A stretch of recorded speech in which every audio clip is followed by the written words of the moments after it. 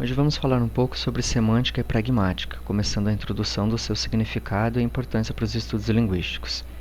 A semântica estuda o significado, especialmente de palavras ou frases.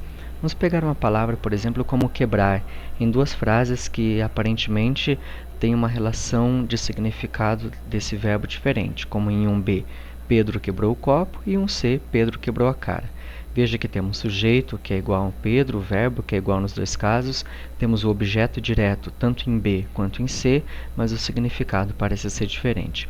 Essa questão do significado também se coloca quando estamos no estudo de outra língua. Nos deparamos com uma palavra que não conhecemos, então a nossa pergunta é: o que ela significa? Muitas vezes, para o significado fazer todo o efeito no texto em que estamos lendo, que estamos estudando, precisamos verificar também o contexto em que ele está sendo falado, a situação, os outros elementos que estão presentes ali.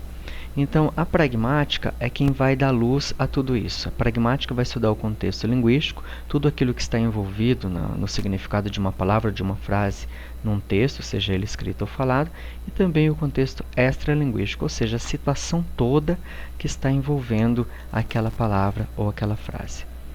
Vamos olhar então a sentença 1C, em Pedro quebrou a cara. Veja que o contexto linguístico aqui nos dá um verbo transitivo, nos dá um sujeito, um objeto direto, mas sabemos que podemos ter um significado literal e um sentido figurado, para quebrar a cara.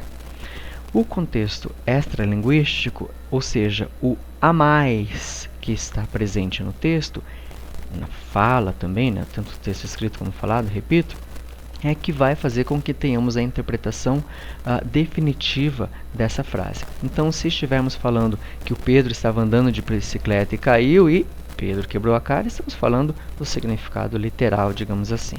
Já se estivermos falando que Pedro não conseguiu aquilo que ele queria, podemos dizer: o Pedro quebrou a cara. A semântica frasal, que é essa semântica das sentenças, ela trabalha muito com as chamadas condições de verdade.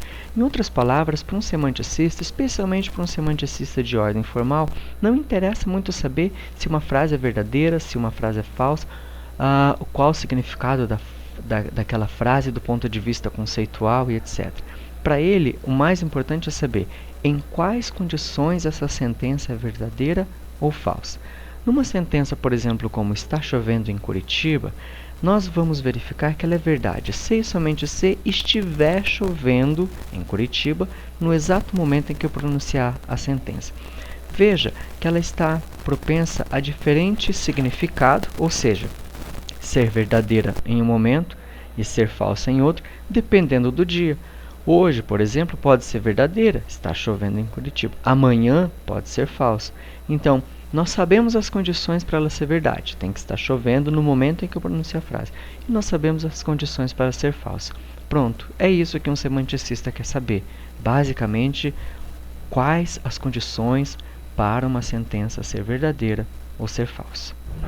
Computacionalmente, ou seja, do ponto de vista das ferramentas tecnológicas que envolvem as questões de linguagem, um semanticista pode perguntar assim: como se representam ou formalizam os sentidos das palavras ou das frases? Veja que aqui nós temos vários exemplos de dispositivos que trabalham com essa relação entre semântica e computação.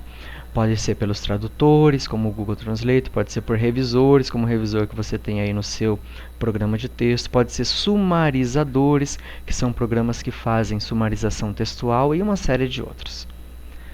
Vou falar um pouquinho rapidamente desse primeiro capítulo da Márcia, que já vimos na nossa aula, chamado A Investigação do Significado.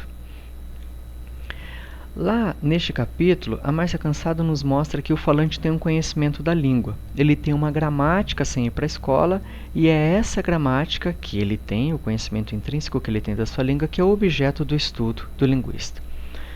Ela também faz uma diferença interessante entre uso e menção. Uso é quando o falante faz uso daquela palavra de maneira explícita, de maneira corriqueira, ou seja, o significado que sabemos a partir das características de um determinado ser.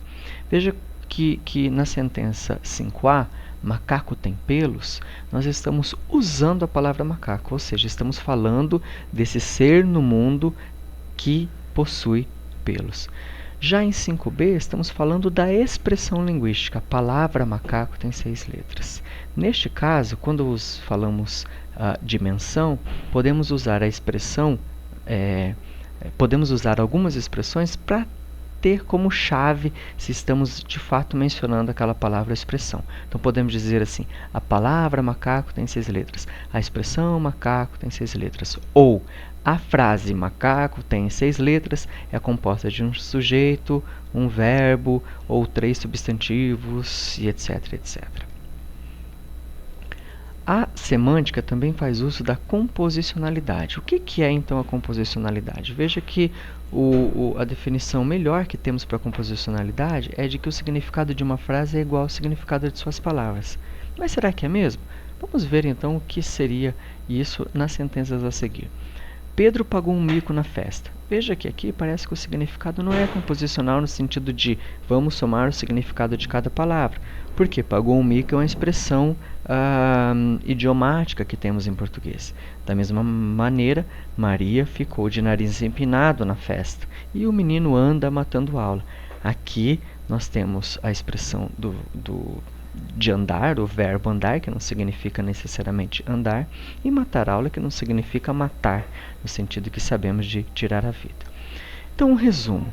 Para um semanticista, interessa descrever o significado das palavras ou expressões de uma língua. Em outras palavras, qual o significado das palavras e expressões de uma determinada língua? Depois, quais propriedades desses elementos são comuns ou diferentes a outros? Por exemplo, qual a diferença entre os artigos o e um? Por que chamamos um de definido e outro de indefinido? Em que contexto um pode ser usado e o outro não, do ponto de vista semântico? E como aplicar esse conhecimento no domínio computacional? Será que é possível utilizar esses conhecimentos da semântica para o domínio computacional, seja para os tradutores, revisores, etc, etc? São perguntas que o semanticista gostaria muito de responder. Eu convido então você a que faça as atividades de compreensão dessa primeira aula que está lá no formulário do Google. Até a próxima!